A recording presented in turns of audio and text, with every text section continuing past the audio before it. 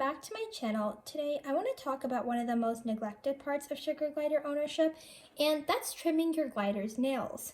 A lot of people don't trim their glider's nails simply because they're too scared to do it, and they don't think there's any harm in not doing it. This is completely untrue. We often talk about how important it is to have sugar glider safe items so that they don't get their limbs caught and end up self-mutilating. But what people don't realize is that it's equally important that you also have your sugar glider's nails trimmed.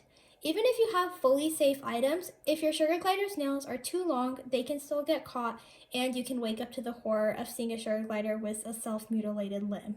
So we want to prevent that at all costs. So today I'm going to go through all of my gliders and show you how I cut their nails. I'm going to go from easiest to hardest, and I'm going to show you how I handle each of my different sugar gliders and their personalities. I really don't think it's as hard as people make it out to be, so let's get started.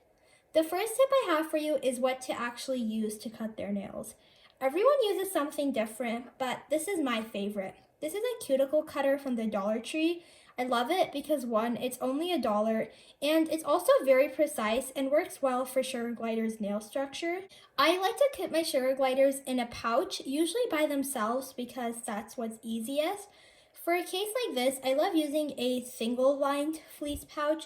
There are a lot of pouches that you buy for sugar gliders like this that are doubly lined with 2 layers, which are great for sleeping sugar gliders because it keeps them super warm and comfortable. But when you want to trim their nails and have easy access, I love pouches like these. This is my most calm, chill sugar glider, so this is probably going to go pretty easy, but hopefully you guys will get the structure. The first thing I do is I grab and I just lift up their nail. Some sugar gliders might pull away, but as you can see, he's pretty chill. And then next, you're just going to want to cut the little tips off of the nails. You really don't want to cut too much. It's not about how much you cut off, it's just you want to do it often. Sugar gliders also have the same nail structure as pretty much every other animal, where there's the nail and then the quick, which is the blood vessel that supplies blood to the nail. So the quick is pinky red color, and if you cut that, their nail is going to bleed. If you cut it at the tip, it's not a huge deal and it usually just bleeds a little bit. But if you cut it pretty far up, you might want to use some antiseptic powder to stop the bleeding, or you can just use flour or cornstarch. Since their nail's a hook, if you trim off the hook portion, you're really not going to be able to grab anything, which is obviously not good. So when you cut it, just cut a little tip off. A lot of people cut their sugar gliders' nails and then they see that their gliders can't grab onto anything, and then they assume that that's normal, but that's not good. Your sugar glider should still be able to act and move around like normal. It might take them like a couple minutes to get used to their new fingernails, but if it's been a day and they're still falling off of fleece, you've cut it too short, and just make it longer for the next time. Now, I know he's being super good, and I know that a lot of your sugar gliders are probably gonna squirm more than he is. The thing that a lady who runs a rescue told me that makes me feel a lot more confident when I'm doing this is if they're probably not going to break their limbs off because it hurts them. So I think a lot of people just are so scared, like, oh my gosh, my sugar glider is going to break its foot. But that's not normal. Like, an animal doesn't starve itself to death unless it has like medical reasons, and a sugar glider is just not going to break its limb off for no reason. So as long as you're going slow, hold firm, but obviously if you're struggling so much, just let it go. It's not worth a broken foot to help your pride. Okay, so that was just 2 of his nails really done. Okay, time for the back feet. I usually find these are a little bit harder. On their back feet, they have these 2 nails together that are kind of stuck. I guess they're not nails. There's like these 2 toes that are kind of stuck together. These are their grooming nails. You really don't ever have to cut these. I just take a little tip off every so often when I notice it's too long. But good job, man. So that's his nails all done. He was such a good sport. So what you guys probably noticed is I personally don't use any treats when I trim their nail. I try to not feed a lot of treats to any of my animals, just as a personal preference thing. I feel like it's one of those situations where they don't know what they're missing out on, so you don't have to feed them a yogurt drop every time you trim their nails. I actually prefer not to, because I like to trim them. I don't know if you guys noticed, but he's kind of in like this half asleep, half awake state. That's their perfect time. Right now it's about 6, almost 7, I think. It's probably a little bit better to do it in the afternoon. Then you'll definitely get the passed out sugar glider state So when they're in this state, it's really easy. I hope you guys can see, it's not a huge difference in how the nails actually look. He can still grip on and everything. If he's walking on me, it's probably still gonna scratch a little, but that's all normal and you want that to happen. Okay, let's put him back. Good job. Okay, this is my other easy sugar glider and I'm gonna put him in the pouch. What I do is I just grab his nail.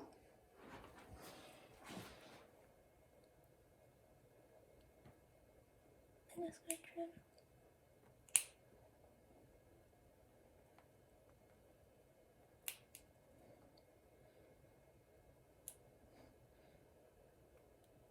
That was 1 foot done. As you can see, they hardly notice. I think people are way more scared for their sugar glider's sake, and the gliders don't really care.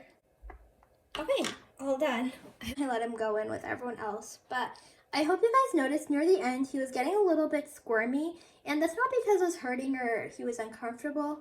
I guess he was a little bit uncomfortable and he didn't really want to be restrained. He just wanted to go back to sleep. So that's why he was kind of moving around a little bit. That's the case where you kind of just want to hold them firm, get the foot and just clip it. Because again, clipping nails doesn't hurt them. Now, if you have gliders, like he's kind of a little bit more uncomfortable. There's one in there who hates me. If you have gliders like that, when you're holding them and even when they're around you, that itself is a stressful situation. So when you're trimming their nails, then that's when you're going to notice a lot more squirming, a lot more crabbing, and potentially biting. And again, you just have to remember this is not because the actual nail clipping part of it's hurting. It's more because they're scared of you, they're uncomfortable. So I'm going to get out. I just want you guys to see the difference in just getting him out. Okay. Come here. You can see he doesn't love me, but he'll tolerate me. Here you go. I need you to stay in the pouch, dude. Stay in, stay in, stay in. Perfect. As you can see, 1 foot's hanging out. I'm just gonna grab that with the nail cutters.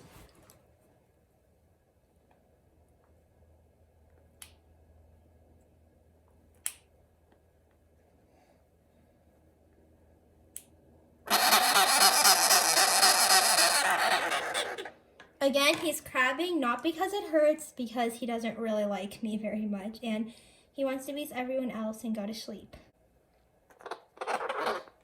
So with him, I'm not too scared with him squirming because he knows me pretty well. He doesn't, and I know that he's not going to do anything to hurt his foot.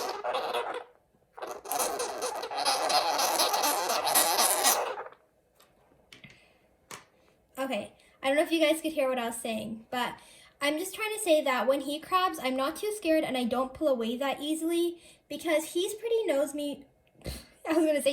confident and he knows me quite well. So he's not going to risk breaking his foot or really injuring himself over just being inconvenienced by me touching him.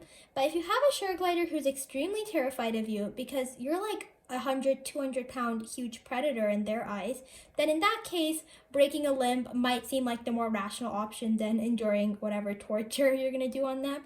So with him, I'm okay with being more firm even when he's crabbing and he's giving me signs to pull away. I'm okay with still holding on and cutting. I've had him for a while. He's always kind of been like this. Some gliders just don't bond as closely as others, and I could probably do more work to help improve our bond, but I'm happy with where it is. I can pick him up when I need to. I can grab him if there's an emergency. I've kind of accepted that. I'm not going to be his favorite person. So I'm going to let him settle down, and then I'm going to see if I can do some other toes. But with gliders like him, I'm okay if I don't get all his toes in one session. I just try my best, and then as long as you keep up with it, especially if you can do this weekly, you honestly, even if you're doing like 1 or 2 nails every week, that's perfect.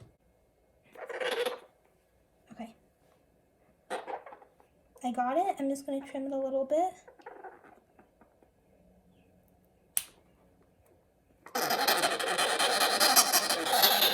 Okay. I think he's done. He's not very happy with me. He's really awake, so I'm going to let him go in. I'm sorry, dude. As you can see, it doesn't really hurt our bond. He doesn't like me any less. He still doesn't like me grabbing his limbs, but that's about it. Okay, so to be completely honest, like I was saying, I think it's almost 7, a little bit closer to 8. They usually are pretty late birds, but they're awake because there's so much commotion going on. Usually with a more scared glider, I tend to do them first before they can really figure out what's happening. So You wouldn't guess that you're the really scared, mean one, huh? Neither. Why are you both the scared ones acting so cute? Just make sure you do it regularly. It's really not as big of a deal as people make it. But at the end of the day, if you don't feel confident doing it, there are other options.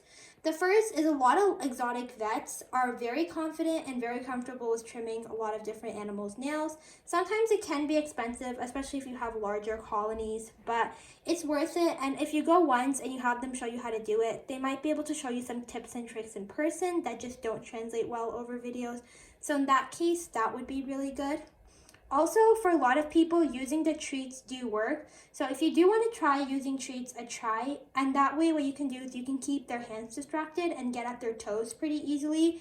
But whenever I've used the treats, I've been able to get the toes. And then by the time it comes for their hands, they're either way too awake and energetic and want another treat, or they're still eating the treat and there's no way I'm going to get their hands. So the treats haven't worked that well for me, but it's definitely something you want to try. Some people also like to give treats after the nail trimming session because it's like rewarding their glider for being good.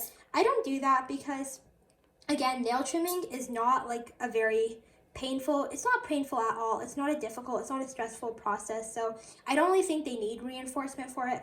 I like to reinforce my gliders when they do something that I really want them to do. If they're just pulling through for literally me holding their foot, I don't think they need treats. Of course, if you're still in the early bonding stages of your glider, that's different. But also, if you don't want to go to an exotic vet, there are a lot of very experienced sugar glider people probably in your area. I think a lot of people think that sugar gliders are very exotic when they're pretty common nowadays. So if you go on Facebook and you join some local groups, there's definitely always some people in your area who would love to help you out and give you some tips.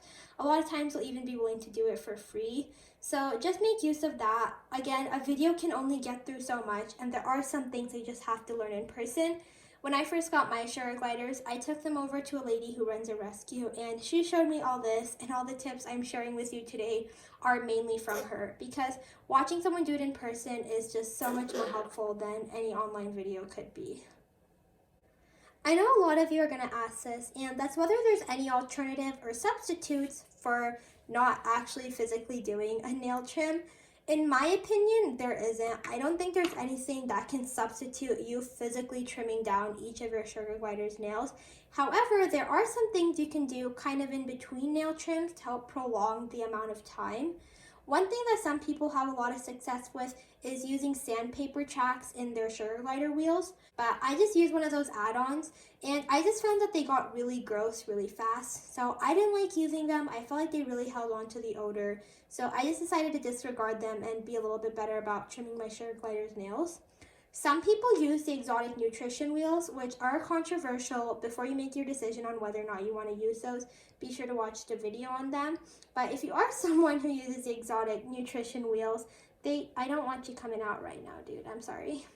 But if you do use the exotic nutrition wheels, there is a sandpaper running track that you can get.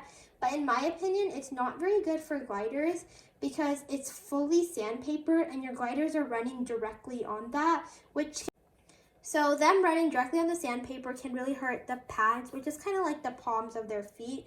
So even though it can help to keep their nails filed, I just don't think it's worth it for them to have really sore and even torn or injured pads.